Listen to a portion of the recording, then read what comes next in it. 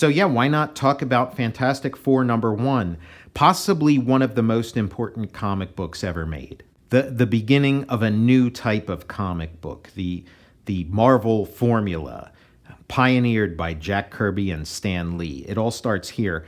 And speaking of Jack Kirby and Stan Lee, I'm Tom Scioli, author of Jack Kirby, The Epic Life of the King of Comics. And I Am Stan, a graphic biography of the legendary Stan Lee. New from Image Comics, coming in September, Jack Kirby's Star Warriors, starring Atom Star and the Solar Legion. All three of those books are available for pre-order in the show notes below. So yeah, this is, as much as I love Jack Kirby's career prior to Fantastic Four #1, he never made a comic quite like this until this comic. And obviously, neither did Stan Lee. This is really, there you can look at things that sort of lead up to the Fantastic Four. You can look at Challengers of the Unknown, but Challengers of the Unknown is not the Fantastic Four. It's missing some key ingredients. As close as Challengers is, it just doesn't have that magic. And Fantastic Four, all the pieces come together, and it really is a magical comic. It's a comic I really love. And it's a turning point for the comic book medium and for superheroes in particular. I can't turn invisible fast enough. How can we stop this creature, Torch? Just wait and see, sister. The Fantastic Four have only begun to fight. The three of you can't do it alone. It's time for the Thing to take a hand. It'll take more than ropes to keep Mr. Fantastic out of action. And so, this cover is just so iconic. And as has been noted before by others, at the time, somebody might have seen this on the comic book racks and just mistaken it for another one of, like the Atlas Monster comics. But it's not. Featuring The Thing, Mr. Fantastic, Human Torch, Invisible Girl, together for the first time in one mighty magazine. There's the MC for Marvel Comics. This is the beginning of branding this Martin Goodman comic company, which was Timely in the 40s, Atlas in the 50s. Now in the 60s, it's going to be known as Marvel Comics. And I do not own an original copy of the Fantastic Four. This is the replica that is included as part of the Folio Society's Silver Age Marvel book. And pretty much the main reason I bought that collection. The collection itself is wonderful, but I really like these replicas that they make of old comics that I could never afford to have. Here they are: Dr. Reed Richards, Ben Grimm, Susan Storm, Johnny Storm, Stan Lee, and Jack Kirby. Look at that. How beautiful is that? And, just like I've been mentioning in the Micronauts, you have this new series with these new characters that nobody knows who they are. Put their pictures in there. The Fantastic Four. And so this is like Will Eisner's The Spirit. This is the logo, the title, but it's also, I guess unlike The Spirit, The Spirit would incorporate the Spirit logo into the scene, but it wasn't necessarily literally there for the characters within the story to see. But here it is. There's a giant cloud that spells out the Fantastic Four up in the air, and people are wondering at it. The police are wondering at it. And here's the guy who fired the shot that into the air. It is the first time I have found it necessary to give the signal. I pray it will be the last. So already, just this kind of, build up is really nice. This really nice sense of mystery. And there's a bunch of theories about why the sort of, non-linear approach, which I think is, part of the magic of this comic. But, some of it might have been just the way this comic was produced, that it might have been produced in sort of pieces, maybe not intended to be an entire issue, but being, part of an anthology and then, maybe filled out or combined with other stories. There's a ton of theories. We're not going to go into that stuff here. We're just going to bask in the magic of this. So we have, in another part of town, Susan Storm is having tea with a society friend when she hears the ominous words. "Susan, look, those words in the sky. What do they mean?" "So it has happened at last. I must be true to my vow. There can be no turning back." So she, sort of drops everything, turns invisible, goes out, causes a lot of trouble out there as she's, running through, knocking down this guy's bundle of Christmas presents. It's a ghost. She gets in the cab. The cabbie drives, pulls away, and then she offers him some money, but she's invisible. He just sees this dollar bill floating in front. Great little animated sequence. And he, freaks out, drives away. Then we got The Thing. It's just fun revisiting this stuff because I remember, working on Fantastic Four Grand Design and just how, how much fun it was, getting to sort of spend a lot of time with this stuff. I'm sorry, mister, I just don't carry anything big enough to fit a man your size. Bah, everywhere it is the same. I live in a world too small for me. Look out the window in the sky. Those words, the Fantastic Four, what can they mean? So the time has come. And so, he takes off his disguise. This classic disguise we've seen The Thing wear a million times, and the Ninja Turtles as well.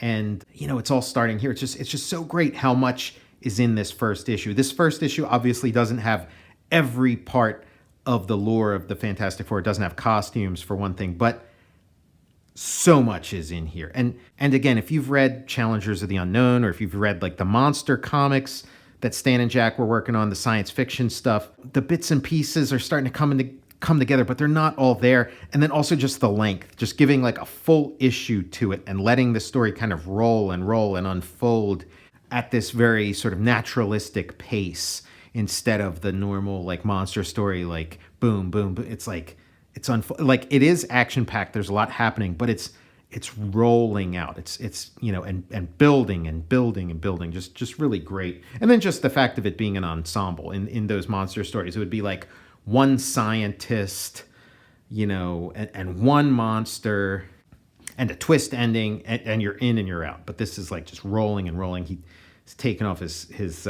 coat, and there he is, the Thing. But we don't get the full reveal yet. We're seeing him from behind, and then bash right through the wall. Oh man, what an entrance. A star is born. Why must they build doorways so narrow? Holy smoke! Monster! I'm sort of reading this with the Thing's voice, but just from the way the dialogue's written, he's not speaking in the voice of the Thing as we know him, as he will grow to be. He's kind of got this sort of, generic, somewhat generic way of talking. I mean, in this issue. And so, like some of the best superheroes, Batman and whatever, the police are not their friends, at least not in the beginning, and they're shooting at the Thing. Man, what a great comic. Again, show me a comic before this that is as cool as this. Show me, because I've never seen it. A comic that just keeps rolling and rolling, and the innovation. So he rips rips the ground up, jumps down, gets washed away. Beautiful stuff. There's a this always makes me think of like sort of like an alpha and omega. This is like early in Jack Kirby's career, and then like late in his career. There's like a similar scene with Darkseid escaping from Apocalypse when things start going bad for him. And then, as if this wasn't enough, he busts up out of the ground, smashes this oncoming car. Great deep shadow here. So it's horror heroes. At least, the Invisible Woman's freaking everybody out. And then the Thing is this like lumbering monster that's freaking everybody out.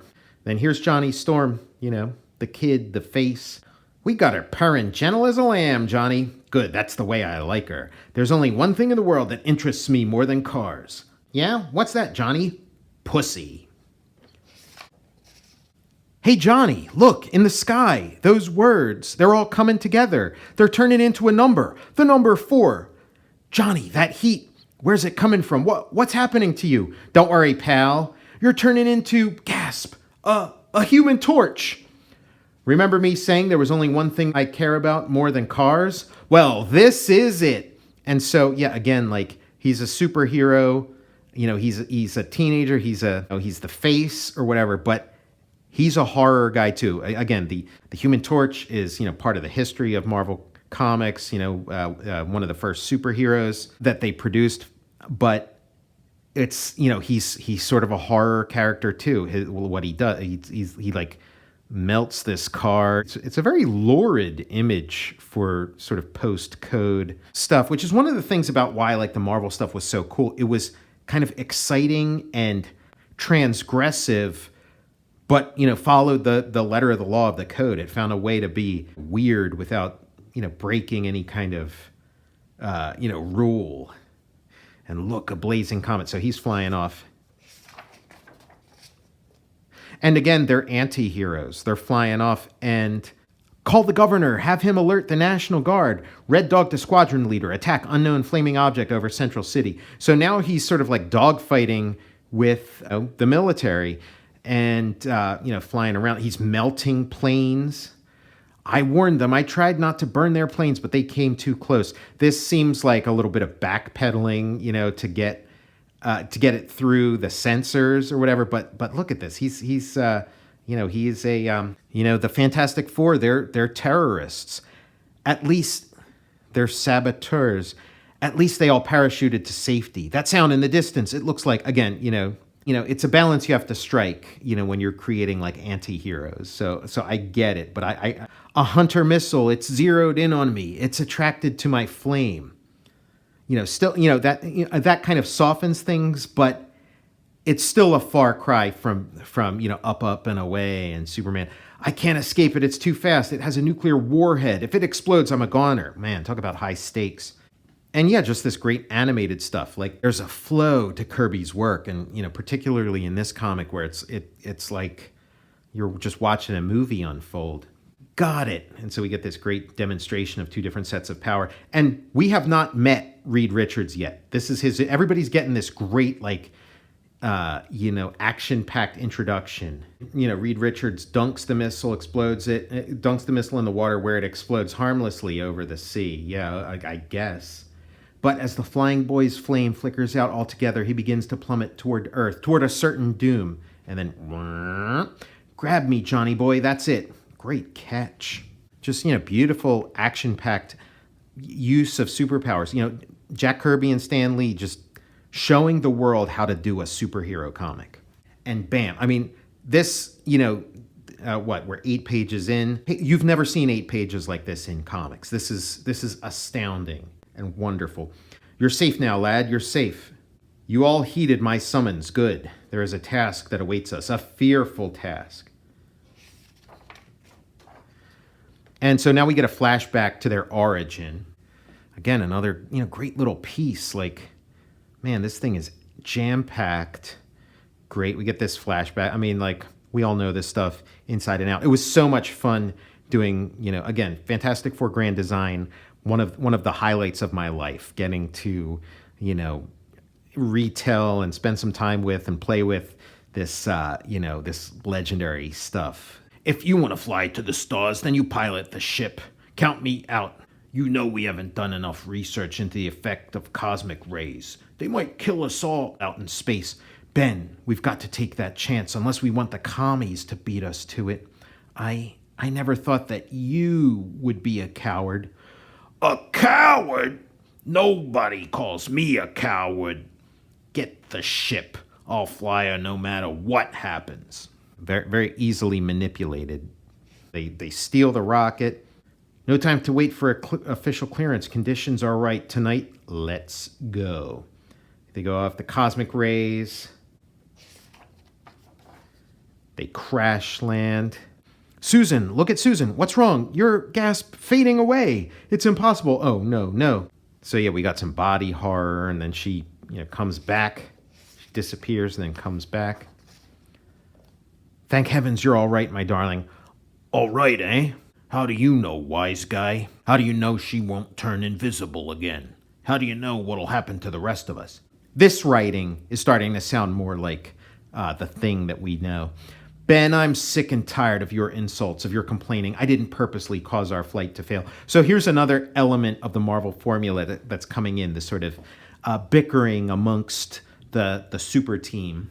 And I'm sick of you, period. In fact, I'm going to paste you right in that smug face of yours. Ben, stop. Wait. Look, what's happening to you? You're changing. Don't try to talk your way out of it, mister. I'm going to mop up the place with you.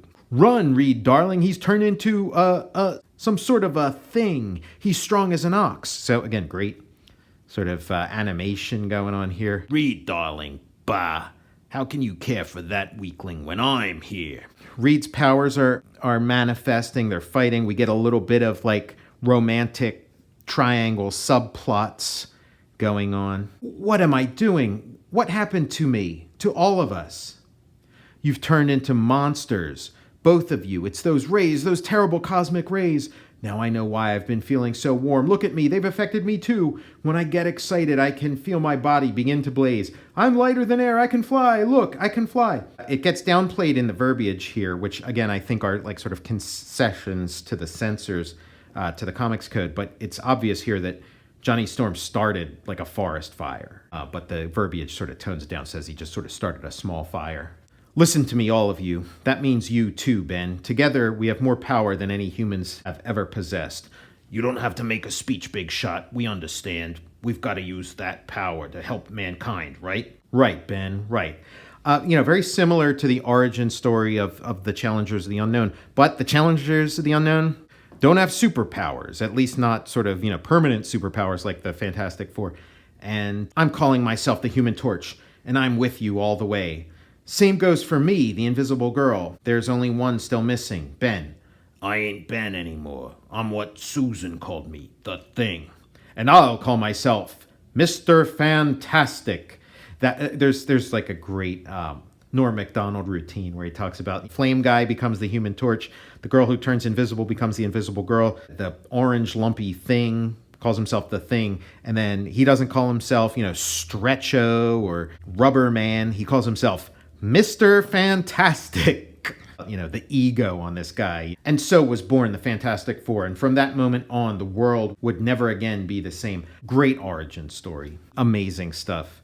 And again, like, up until this point, at least in the telling, I can't think of a better told superhero origin story that predates this. I mean, this is very richly conceived and executed. It rivals anything that's going on in any other medium at the time. This is great stuff. This is amazing stuff you could only get in comics back then.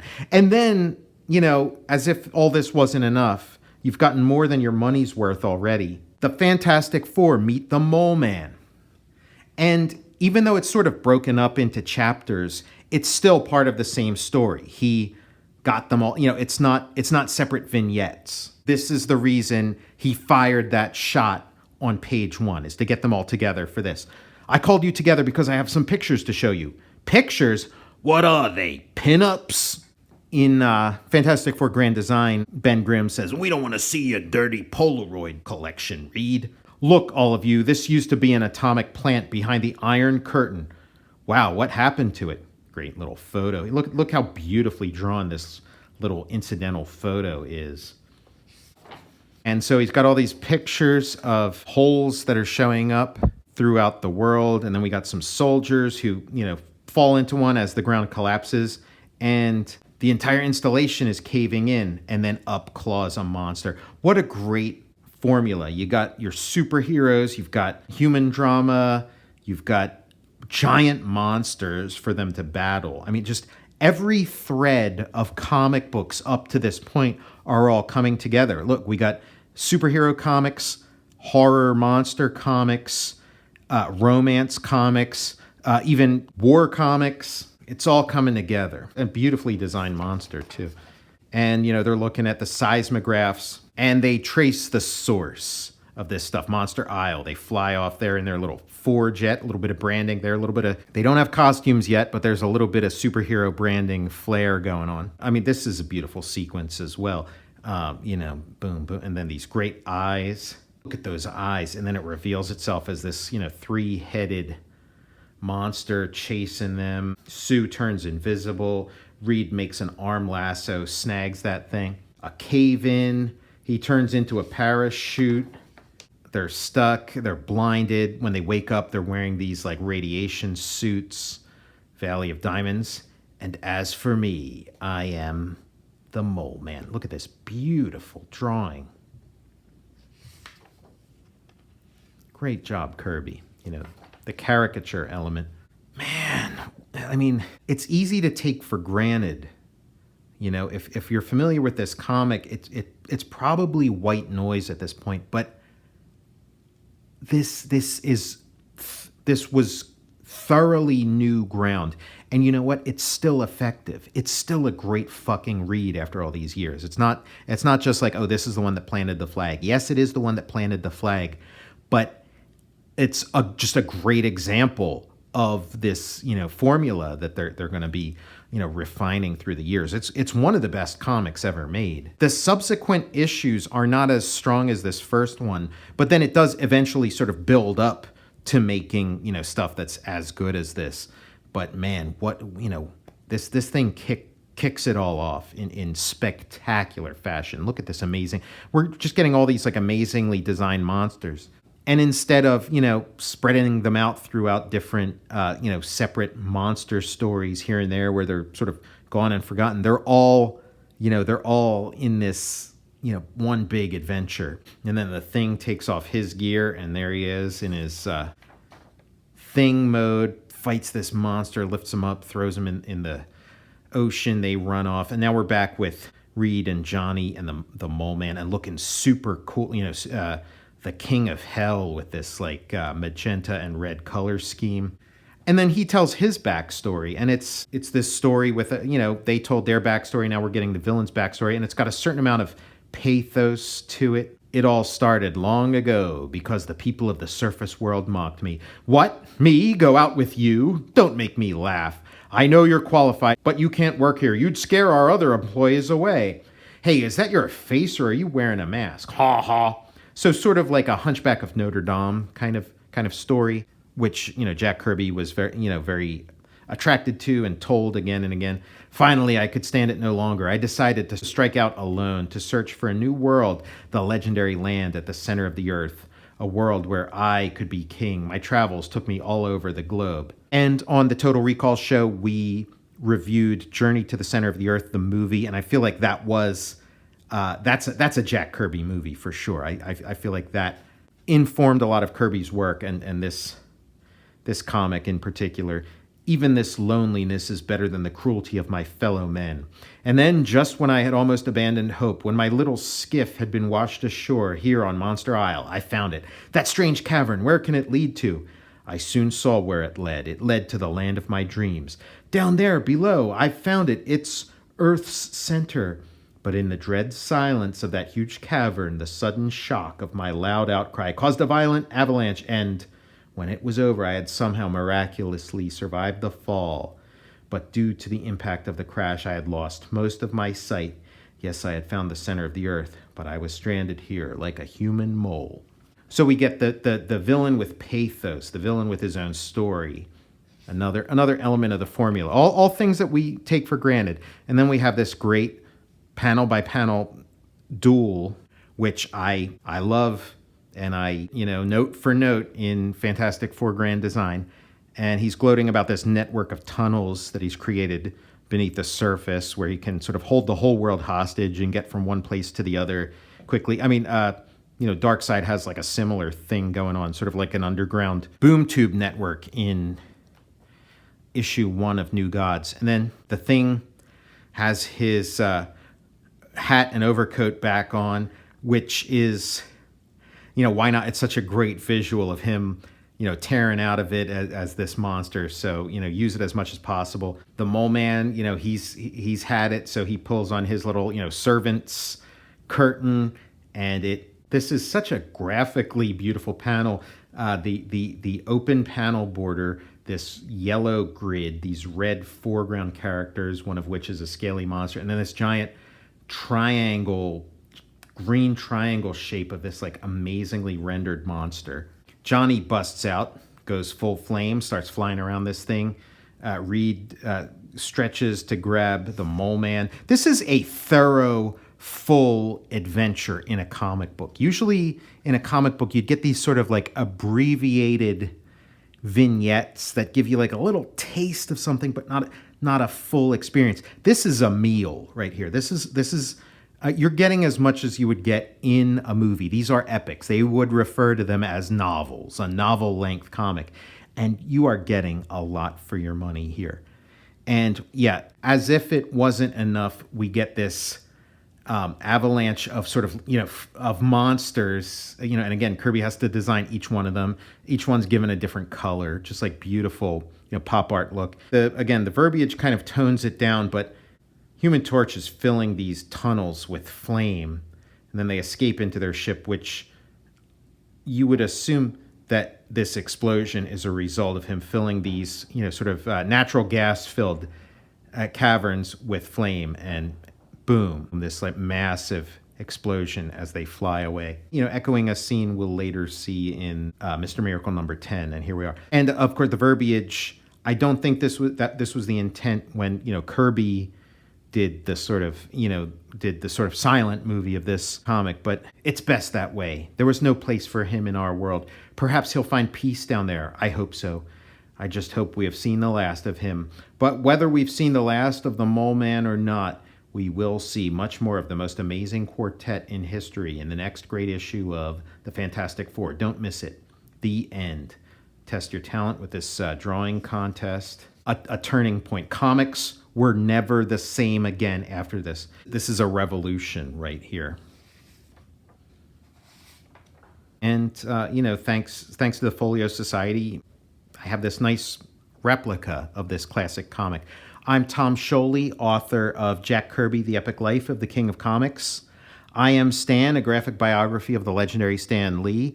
And coming in September from Image Comics, Jack Kirby's Star Warriors, starring Adam Starr and the Solar Legion. All three of those books are available for pre-order by following the pre-order links in the show notes below. I'll see you next time.